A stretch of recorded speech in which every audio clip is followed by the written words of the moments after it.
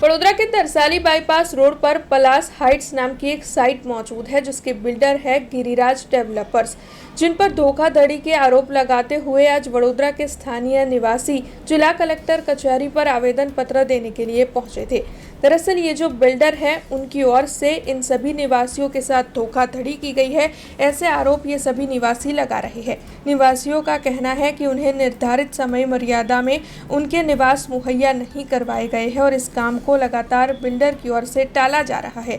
इसी के साथ निवासियों को हाल ही में यह जानकारी मुहैया हुई है कि बिल्डर की ओर से एसबीआई बैंक में से लोन ली गई थी और एसबीआई बैंक की ओर से बिल्डर्स को फ्रॉड घोषित किया गया है। तब इस मामले के मद्देनजर स्थानीय आज इकट्ठा होकर जिला कलेक्टर कचहरी पर आवेदन पत्र देने के लिए पहुंचे थे और इस मामले में उनके साथ न्याय हो ऐसी मांग सभी निवासियों की ओर से साझा की गई थी।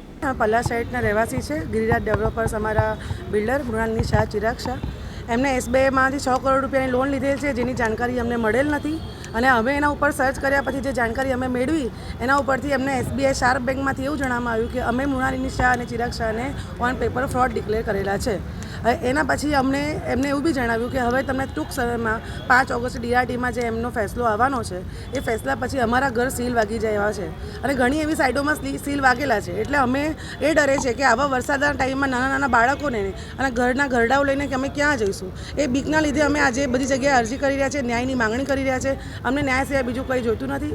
આપણે તરસાલી બાયપાસ ઉપર દાવત હોટલની બાજુમાં પલાસ હાઇટ રેસિડેન્સી આવેલી છે।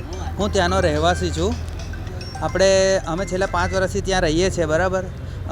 અમારી સાઇટમાં છે ને બિલ્ડરે 2017માં એને સ્ટાર્ટ કરી છે, 2021માં એને ઓન પેપર કમ્પ્લીટ બતાવી છે, હાલ 2025 ચાલે છે અને હજુ પણ એને સાઇટ કમ્પ્લીટ કરી નથી। તમે આવશો ને સાઇટ ઉપર જોશો તો કામ બધું અધૂરું છે, વાયરિંગ જેવું ને તેવું છે બરાબર। ફાયર સેફ્ટી એને અમને પ્રોવાઈડ કરી નથી, લિફ્ટ જે લગાવી છે તેનું લાઇસન્સ લીધેલું નથી। જે અમારું ડ્રેનેજ છે તે વરસાદી કાચ પાણીમાં જોડેલું છે, સાઈડ આખી અધૂરી છે, ડી અને ઈમાં એને લિફ્ટ લગાવેલી નથી, ઈ ટાવર આખું અધૂરું છે જેને આપણે ભૂતિયા બંગલો પણ કહી શકીએ એવું છે। તમે આવીને જો જોશો તો હવે આ બધી પ્રોબ્લેમ અમે ફેસ કરી રહ્યા હતા, એનાથી તો અમે ગુજરી જ રહ્યા હતા। એમ જ અમને 9 તારીખે અમને ખબર પડે છે કે 9 જૂને અમે જે ગુજરાત સમાચારના પેપરમાં જોયું કે બિલ્ડરે એસબીઆઈમાંથી 6 કરોડની લોન લીધી છે અને તેની એ ભરપાઈ કરી રહ્યો નથી। એટલે એ જ જાણ થતાં અમે પાદરાની જે બ્રાન્ચ છે એસબીઆઈની ત્યાં જઈને મળ્યા। ત્યાં અમે બામણિયા સાહેબને મળ્યા તો એમણે અમને જાણ કરી કે હા તમારા બિલ્ડરે અહીંયાથી 6 કરોડની લોન લીધી છે અને એની એ ભરપાઈ કરી રહ્યો નથી। હવે આ કેસ છે ને આપણે એસબીઆઈ શાર્પમાં અમે ટ્રાન્સફર કર્યો છે જે દિવાળીપુરા છે। તો ત્યાં જઈને અમે ઇન્દ્રજીત સરને મળ્યા અને એમને અમને જણાવ્યું કે બિલ્ડરે 2018માં 6 કરોડની લોન લીધી હતી અને એ ભરી નથી રહ્યો અને હાલ એનો કેસ ડીઆરટીમાં ચાલી રહ્યો છે અને એસબીઆઈ એને ફ્રોડ ડિક્લેર કરેલો છે ઓન પેપર। એટલે આ બધું જાણ થતાં અમે આ બધી અમારી રજૂઆત લઈને અમે સાહેબશ્રીને મળવા આવ્યા છે, કલેક્ટર સાહેબને, કે અમને ન્યાય મળે। હવે કાલ ઉઠીને જો એસબીઆઈ અગર અમારા ઘર સીલ કરે છે તો અમારે ક્યાં જવાનું બરાબર? અમારા છોકરાઓને લઈને અમારે ક્યાં નીકળવાનું?